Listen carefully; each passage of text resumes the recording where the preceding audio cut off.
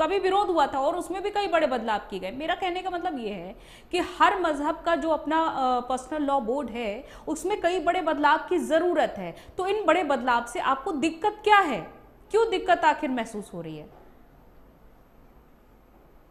अंजलि जी, मेरी गुजारिश रहेगी, जिस तरह मैंने अपने बड़े भाई को बहुत सुकून से सुना, तभी मैं कोई जवाब दे पाऊंगा। लेकिन वो कई सवाल कर दिए हैं, लेकिन बहुत जवाब देने पे डिबेट आपको वक्त गुजर जाके कह नहीं पाऊंगा। देखिए, अभी इन्होंने बहुत अच्छी बात कही कि मुस्लिम औरतों को आप जुल्म ढा रहे हैं, मैं उसको राइट दे रहा हूँ। अरे अंजलि जी, आप बताइए, इस दौर में जब औलादे अपने माँ बाप की नाफरमानी कर रही हैं, बीवी अपने शौहर की नाफरमानी कर रही है, शागिद अपने उस्ताद की नाफरमानी कर रहा है, आपको मुस्लिम महिलाओं से मोहब्बत हो गई? कैसी बातें कर रहे हैं बच्चों वाली? ये तो टारगेट बात नहीं है मुस्लिम समुदाय को। इज्जत, हाँ, मुस्लिम इज्जत है, महिलाओं हाँ, की इज्जत है। हाँ, मोहब्बत हो गई शब्द मत कहिए, शब्दों की नहीं, मर्यादा हाँ में ठीक है जी, हाँ ठीक है। अरे वो इंटेंशन की बात होती है सर, वो नहीं इज्जत साहब, मोहब्बत ठीक राजनीति है। में एक एक नहीं शब्द तो का इसमें मायना होता है। गलत क्या है? अच्छा, अरे तो आप शोएब सिद्दीकी साहब मुझे एक बात बताइएगा, एक बात बताइएगा, अगर अगर अगर दूसरे धर्म की महिलाओं के बारे में विचार किया जा रहा है कि उनको पूरा सम्मान मिले, हाँ पहले मेरी आप सुन ले, अगर मगर मैं जवाब नहीं दे पाऊंगा। अभी आपने डॉक्टर साहब को सुना, मुझे अच्छा लगा। हमेशा इंसान लोकतंत्र में सबकी बात सुननी चाहिए, गलत सही नंबर 2 की बात है। मुझे अच्छा लगा कि आपको उस मुस्लिम समुदाय की तड़प इतनी लग रही है।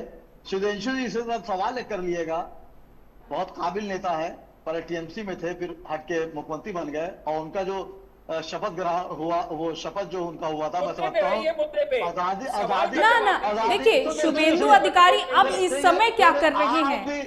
अरे शुभेंदु अधिकारी अब इस समय क्या कर रहे हैं उस पर हम चर्चा कर रहे हैं। फिलहाल यूनिफॉर्म सिविल कोड में आखिर क्या खराबी आपको नजर आ रही है, इस पर चर्चा हो रही है, ना कि शुभेंदु अधिकारी मुख्यमंत्री क्यों बने और किस पार्टी में थे उस पर चर्चा हो रही है। उस पर हम बहुत पहले चर्चा कर चुके हैं। आज का विषय कुछ और है, इस पर बात करिए। आप भटकाइए नहीं मुद्दे को। अगर आप इस मुद्दे पर बात नहीं करना चाहते हैं तो अब बात नहीं करना चाहते, इस मुद्दे को टालना चाहते हैं क्योंकि आप मुस्लिम महिलाओं का सम्मान नहीं करते हैं, यानी कि इससे साफ समझ में आ रहा है आप उन्हें बराबरी का दर्जा नहीं देना चाहते, इससे भी साफ समझ में आ रहा है आप मुद्दे को इसीलिए भटका रहे हैं। भाई जब देखिए, जब मुस्लिम कोई बोल रहा है तो आप उसको बोलने का मौका नहीं दे रही, बीच में लुकमा दिए दे रही हैं। नहीं तो आप मेन मुद्दे पे आइए ना, आप मेन मुद्दे पे आइए। शुभेंदु अधिकारी किस पार्टी में थे, किस पार्टी में नहीं थे, ये मुद्दा नहीं है आज का। क्यों नहीं मुद्दा नहीं रही बात, निकलेगी दूर तक नहीं। सवाल आपसे मैंने ये किया कि जब संविधान का अनुच्छेद 44 कहता है कि देश में एक कानून होना चाहिए, मैंने आपको एग्जांपल भी दे दिए कि हर धर्म के अपने पर्सनल लॉ बोर्ड हैं, उनमें भी बदलाव किए गए हैं। तो आखिर क्यों आपको दिक्कत महसूस हो रही है कि महिलाओं को बराबरी का दर्जा मिले?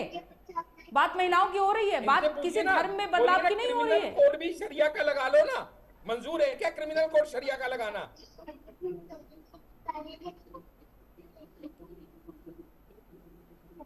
शोएब सिद्दीकी साहब जी जी, अरे अब आप लोग डिबेट, मैं अपनी बात कर ही नहीं पा रहा हूँ।